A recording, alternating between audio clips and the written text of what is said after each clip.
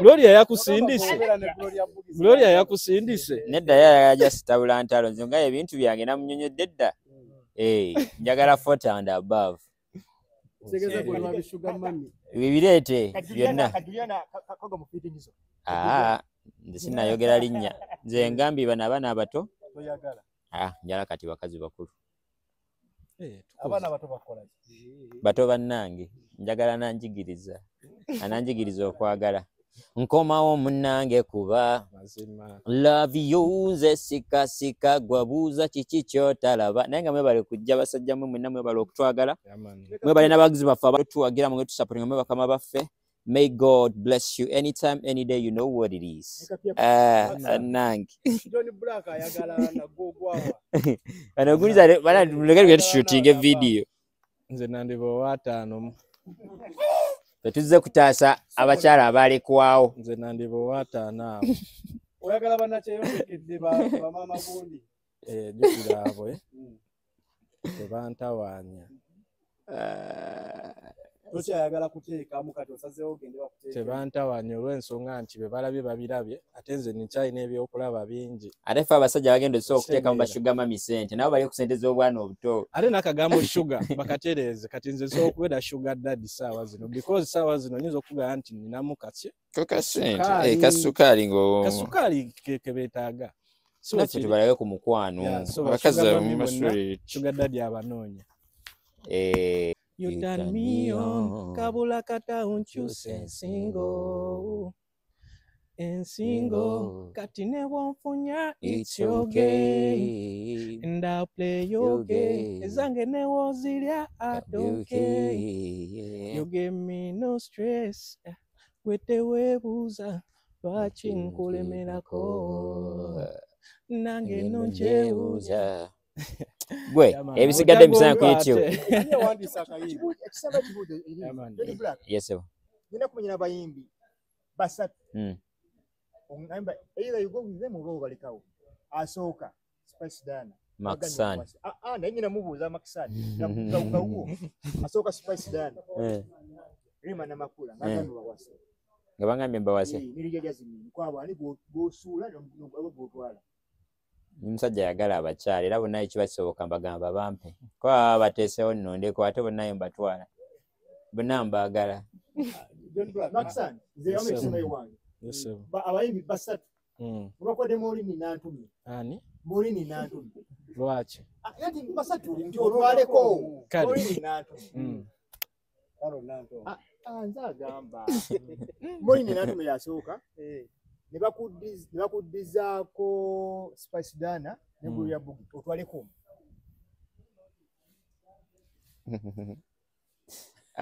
Awategeeza Gloria Bugi ayagala nyama bino banaye kakati ebintu bisatu. Ekimu kyagenda mu liigi endala, ekyokulala kiri fit, ekyokulala bamenya tunali fit ono yagala mu liigi endala nze njogera naye mu order gyoyogereddemu. Owookusatu akola biri byennyini kati gwoba gwe nga gwenze obugambo kale gwe yabuga musindikira obugambo mbaawo siina ku bonna bonsomedde olw'ensonga nti nange munaye bonsindikidde sibe nabadde nsuubira nti ogenda okumpa nabye nadde neeyagaliza ebirala byotampa kale weyagaliza kale bwogamba wadde oli munnange naye singa kati nabadde apadde chance tugenda ne tukolera tomanya katola ayina ebintu byasobola okukola essaawa yali Celine Dion naye kati yakaddiwa. Back to the project ali yawandiisa akayimba producer era ekifaananyi ali atukoze akayimba kawandiikibwa Maxan ne John Black era nga production yakolebwa muganda wange Chemical Nice pozi era nange big up on yourself Chemical Nice big up brother oyo musajja muba nnyo so mu bufunze video eri mukwatibwa Dave Thymus era nga abayimbi be bano botunuulidde wano. Yes sir. Olunaku lukulu nnyo luno. Yes sir. Kusiima Musiima. Kasita gwe osiima munnaye. Emmere mugenda kulya yaki? Emmere twalidde dda.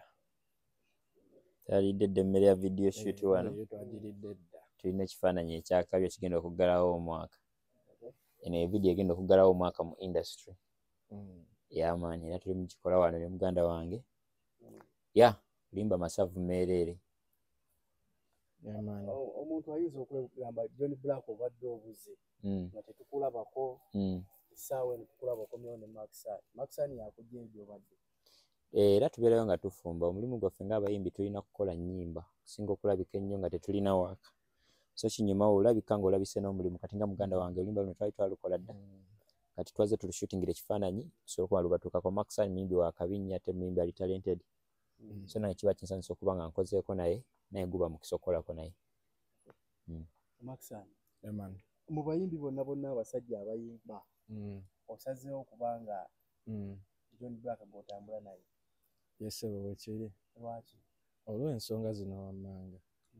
Nze njagala nnyo okukola n'abantu nga kituufu kiri nti bategeera kye bakola.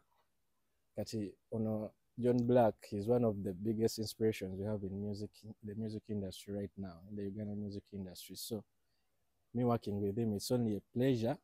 Era namwe muyinza kyabula bintu omusajja ali talented ebintu abikoze byonna. So if tugenda kola addition, tugenda kola ekintu ekyenjawulo, but we are adding tafaali eri okuzimba industry eno. For real. Yeah, man. Maxani, ebiseera ebisinga abayimbi abanene okufitagenda mu nnyimba zammwe. Ebintu kati yakusabye akasente omwoto yali okwajja mu nnyimba. Nedda. Actually ffe enkwatagana yaffe it is on a musical level. Nti nze naye twakkiriziganya titugenda kukola oluyimba ate si twakkiriziganya wabula music yatugatta okitegeera. So connection eyo yava mu music nti John Black yalabanga maybe wakola nange kibeera good ate nange nendabya ddala nga ate naye enkola naye kibeera kigwa bulungi. So it's only right for us okukola akayimba because we are two different people abayimba kind of different stuff. We have different ranges in voices. So eyo difference ate yekola ekyamakulu wano ekyakabi. So bwotwakirabyo ne tusawo tukola oluyimba luno. Mulabidde ebbanga John Black. Nkugambe kibuganda John Black musajja w'amaanyi nnyo wano e Kampala. Because nze nyinza okugamba nti mulabidde okuva we natandika okuyimba paka n'akaseera kano we tulimu, and nebaza Mukama nti tuli kukana akaseera because yaman ebintu bino ebintu twasuubira nti abamu tugenda kubikola erimu ebitya but here we are tubikola and good enough buli omu akola kyakola ate nga akikola bulungi. Ebiseera mu abayimbi abanene woba omuyimbi omuto kulabu ate omutuuzaako oluyimba ashobora nekikiriwo timetoja ku luyimba sigenda mutuuzaako ebiseera ebisingako ekiva poor planning, poor communication. Olumu mukola oluyimba n'omuyimbi ye wamala ofuna oluyimba mu studio nalooza nti buli kimu kiwedde. They don't come back for meetings planning when are we going to release the project, do you have any project ahead baba tebakifaako. Ye kasita abiseera ebisinga oli alowooza olw'okuba afunye oluyimba kiwedde. Olumu kati ennyimba ne zicontradictinga ne zikubagana nti ndina programs ze naye na programs ze projects ne zifa. Naye nze ne muganda wange had a very good planning. We planned for this project for a very long time. Video tugishuti nze tugiwadde obudde kati ne release plan kati ne tubi planning account kati we tuba tuta project so tezigenda kontana because nange mba ndi involved kusinga abayimbi abalala nti yo lutwala oluyimba yabalooza kiba kiwedde olw'okuba afunye eddoboozi ly'omuyimbi. Era ekirala kitambulirawo era mu abayimbi abali existed mumala kupushinga nyimba z'abantu baana mubagamba pushinga nange napushinga nga atandika n'ebiseera ebisinga tuba tulina okukwatagana tekigenda kukola makulu nze okukola n'omuyimbi ate ne sitamuyamba ku luyimba lwe kitegeeza era mba simuyambye. Naye wabanga aneetaaga nga muganda wange ne tumiitinga ne tukuba pulaani n'agamba John tujja kukola kino na kino nemuganza nja kukola kino na kino. Ekisingira ddala obukulu kwe kuba ne mutula wansi ne mu having a good meeting and a good planning buli kimu kiba kisoboka. Asooka omubuulirire nti industry kuba kati oli mukulu mu industry mugambe ebyo byalina okwewala ng'omuntu muzibu. waggwe ebimu birozezzaako ng'omuyimbi. Ezimu ku nsonga kulwaki nakola naye nti era embeera ze ng'omuntu bye nandimubulidde ate already ali mu practicing ali is a very good guy. Si omuntu gw'osanga mu scandals, si omuntu gw'osanga avuma abantu, si omuntu okitegeera. He sings, that's all. He's a good singer, he's a good artist. Era mugamba just yeyongere n'ekyo abeere humble mu industry. Mukama niwe abakikwadde back on top. Tolinnya ku bantu, just stay humble, just keep on doing, you know, good music, that's all. Awo tubuddewo awo katono nnyo ku oluyimba n'omuyimbi kyaliwo. Ebigenda mu ggwanga obiraba batubiraba gy'omubiraba? Ebigenda mu ggwanga tubiraba naye essaawa zino n'olunaku lwa muganda wange kitwale nti mbaga ye tetulwanira ku mbaga ye tetuyombera ku mbaga ye tugiwe ekitiibwa. This project is very special in his life. We should respect that.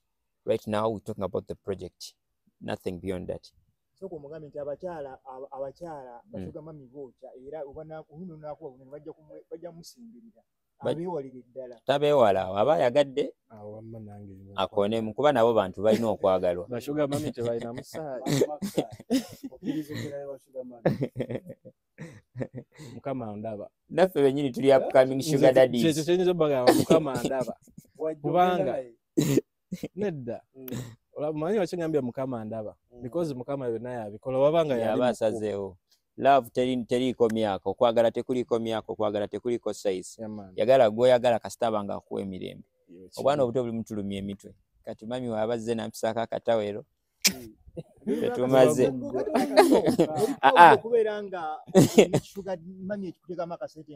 tekiri ku ssente kiri ku mukwano nze nfuna kibebi mama nga kimpisa bulungi wamma nze sirina buzibu kuba love is love okitegeera ate era naffe tuli upcoming sugar daddies tuyinza obubavuma ate naffe ne batuvuma gye bujja so ekyo just the world is all about love. Let's just love one another kasita omuntu omusangamu eddembe omuntu omwagale wamma tebagamba oba sugar daddy oba baba beesinzaako mwaka gumu oba ebiri okitegeera naye nga tusooke tubamu akapera k'oluyimba lwaffe lwenakukubako amaaso